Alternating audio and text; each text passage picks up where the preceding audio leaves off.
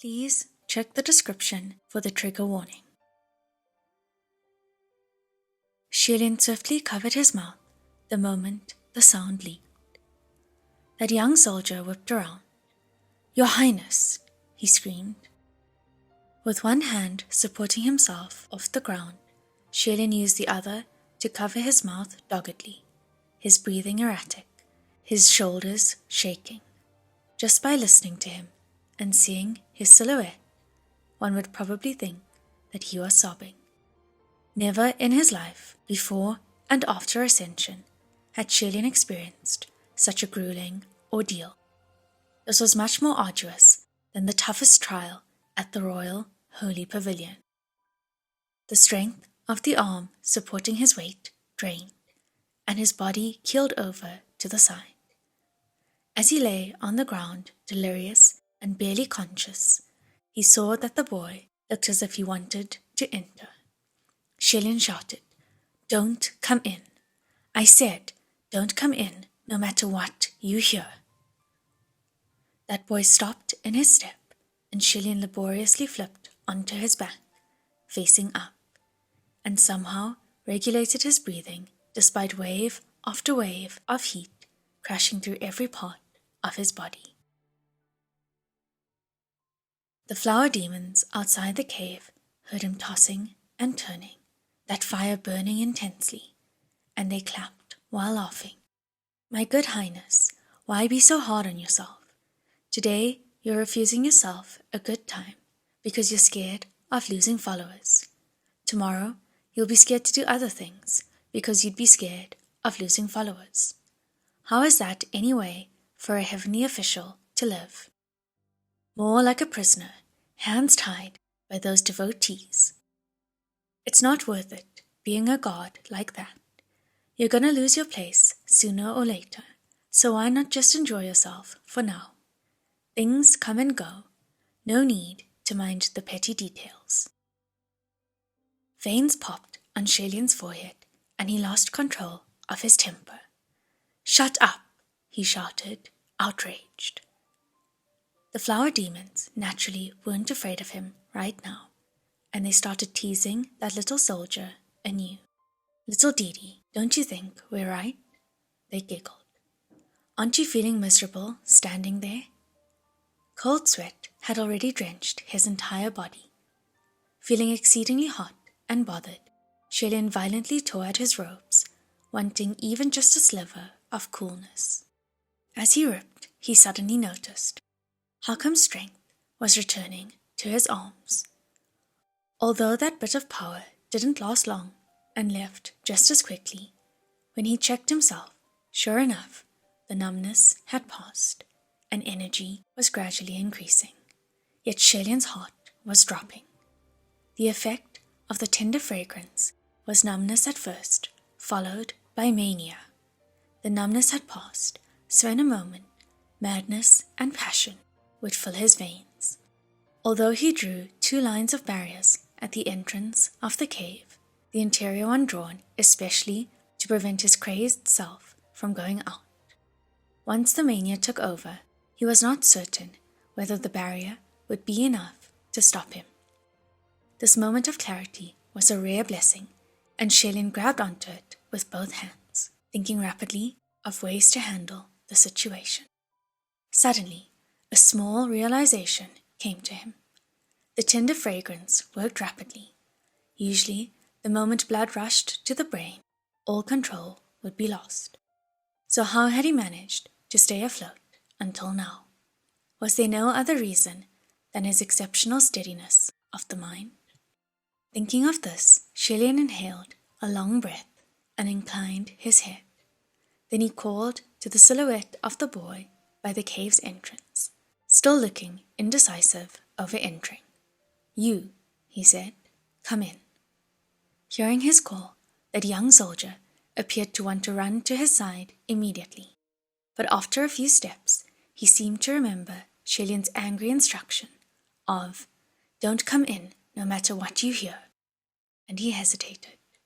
Shilin was also feeling woeful at changing his mind so quickly, and he called again miserably. Just come in here first. That boy stopped hesitating and rushed in. The tunnel of that cave was long and narrow, the interior warm and humid. Darkness filled the space. Not even raised fingers could be seen. That boy used Shalian's rasping breaths to find where he was. Shalian then instructed, "Put down your sword, put it on the ground, right next to me, not too far away." "Yes, sir," that young soldier acknowledged, and handed over his only defense. He placed it where Shalian could easily reach for it. Shalian then added, "Please help me up." That boy half knelt next to him and extended both his arms to help support Shalian. However, the moment his hands reached out, what he touched wasn't fabric, but feverish skin. Those hands immediately shrank back.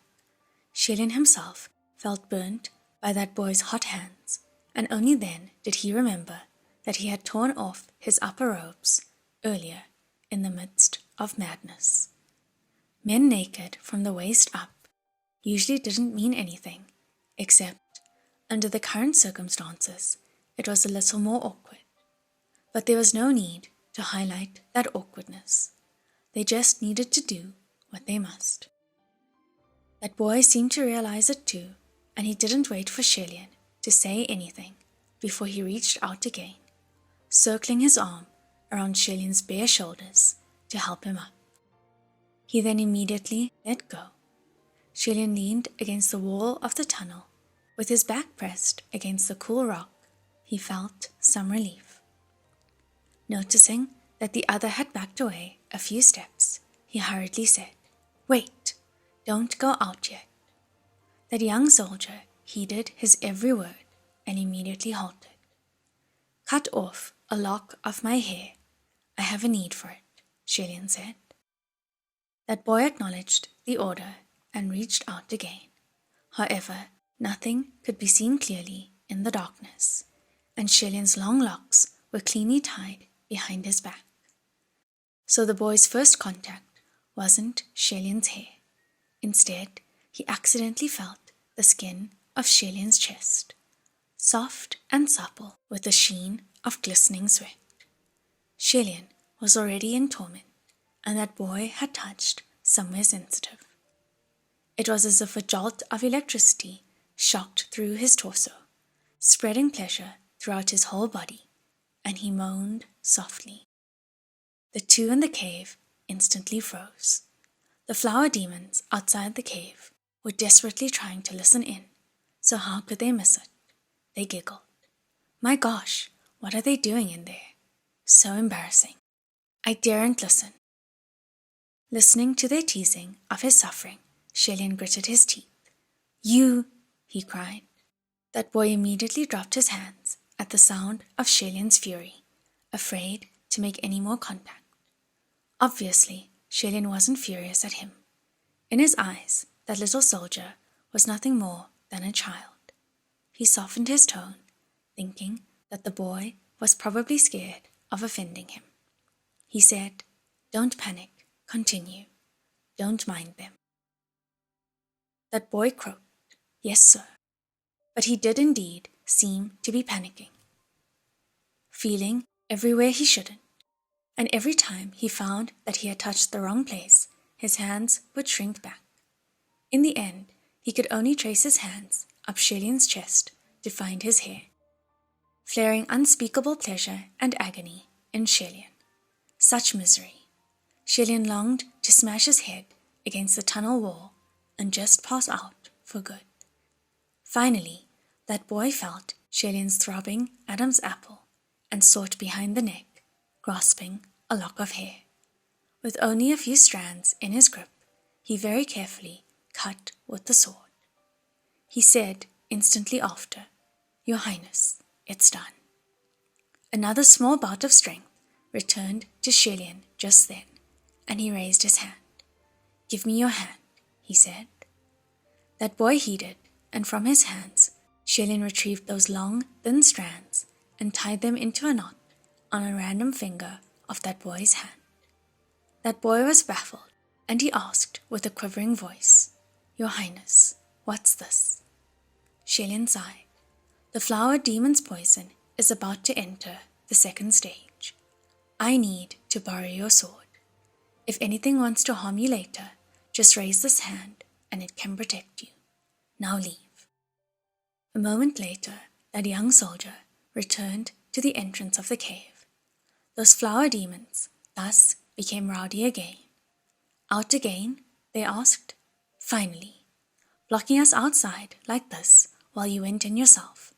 Little buddy, you're not very nice." At the same time, Shelian could feel more strength surging through his limbs. He sucked in a deep breath and grabbed the worn sword that the young soldier had left behind with his right hand. He steadied his spirit, raised the sword, and made a cut on his left arm. In a flash, it was like the fog had lifted and his senses refreshed.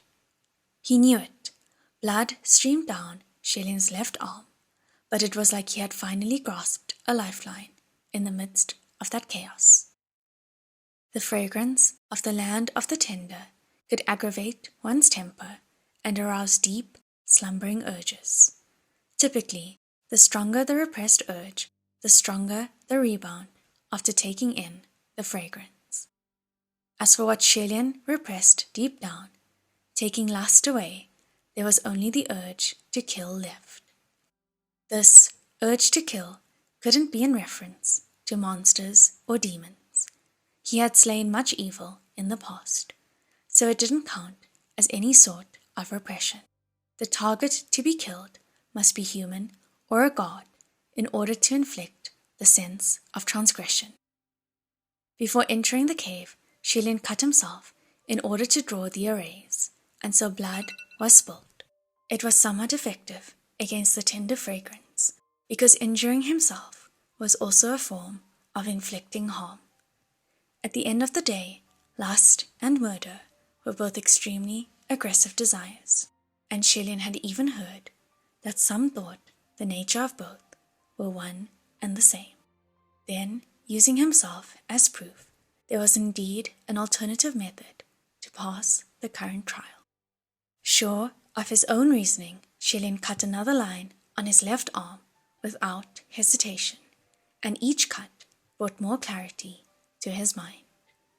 He was just rejoicing and didn't realize that the tender fragrance was stirring more evil within his body. When that urge to kill was satisfied, instantly another wave of pleasure poured through his person. That sudden urge of pleasure coursed through him from head to toe, easily breaking the wall of defense he had painstakingly built.